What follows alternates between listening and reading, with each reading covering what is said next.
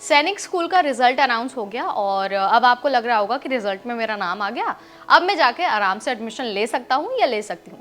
अगर आपको ऐसा लगता है तो शायद आपके पास थोड़ा सा जानकारी का अभाव है, क्योंकि रिजल्ट आने के बाद एक ऐसा प्रोसेस होता है जिसके ज़रिए ही आपको एडमिशन मिलता है और वो प्रोसेस है काउंसलिंग का प्रोसेस।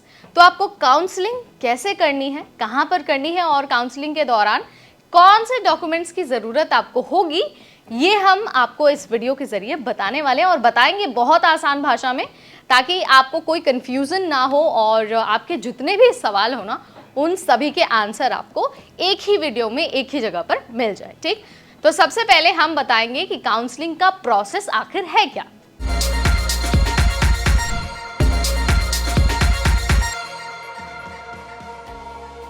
हाय, मेरा नाम है नेहा उपाध्याय और आप सबका बहुत स्वागत है एनबीटी टेकेड पर।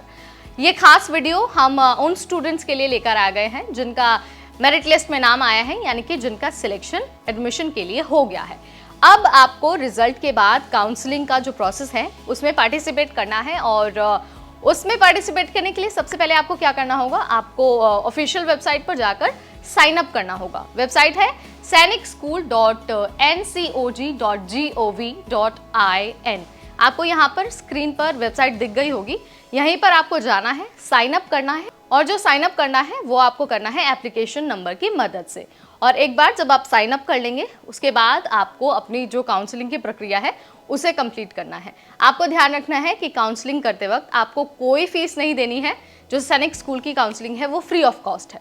उसके बाद आपको ज़रूरत होगी कुछ डॉक्यूमेंट्स की। अगर ये डॉक्यूमेंट्स नहीं होते हैं ना, तो आप काउंसलिंग का जो प्रोसेस है उसे कंप्लीट नहीं कर पाएंगे।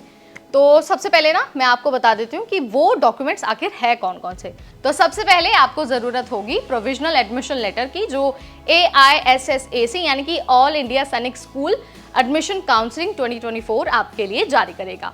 उसके बाद आपको एंट्रेंस एग्जाम के एडमिट कार्ड की ज़रूरत होगी। उसके बाद जो आपका रिजल्ट यानी कि जो आपका स्कोर कार्ड है उसकी ज़रूरत पड़ेगी। उसके बाद आपको ज़रूरत होगी एड्रेस प्रूफ की।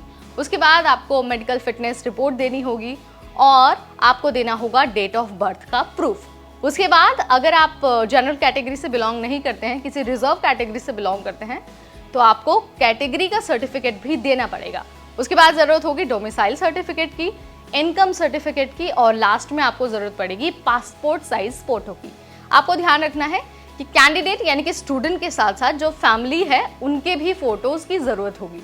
कितने फ़ोटोज़ की ज़रूरत होगी, इसका जो डिटेल है, इसका जो ब्यौरा है, आपको ऑफिशियल वेबसाइट पर मिल जाएगा। आपको इस बात का ध्यान रखना है कि अगर आपने एंट्रेंस एग्जाम क्लियर कर लिया तो ये 100% गारंटी नहीं है कि आपको एडमिशन मिलेगा। एक बार जब आपके सारे डॉक्यूमेंट चेक हो जाएंगे, आप फिजिकली और मेडिकली फिट होंगे, तो ही आपको सैनिक स्कूल में एडमिशन दिया जाएगा। आपको इस बात का बहुत अच्छे से ध्यान रखना है। सो आपके पास सारे डॉक्यूमेंट्स का होना बहुत ज़रूरी है। साथ ही जो आपकी मेडिकल रिपोर्ट है वो भी ठीक ठीक आपको अपलोड करनी है। So this is all about all India सैनिक स्कूल एडमिशन काउंसलिंग 2024। अगर आपको कोई सवाल है या फिर आप कुछ और हमसे जानना चाहते हैं तो आप दो काम कर सकते हैं। या तो आप हमें कमेंट सेक्शन के जरिए बता सकते हैं या फिर आप ऑफिशियल वेबसाइट पर जाकर भी डिटेल चेक कर सकते हैं। इस वीडियो में इतना ही। अगली बार फिर आएंगे एडमिशन से रिलेटेड ऐसी ही जानकारी भरी वीडियो के साथ। तब तक मुझे यानी नेहा को दीजिए इजाजत। Stay tuned to NBT टेकेड।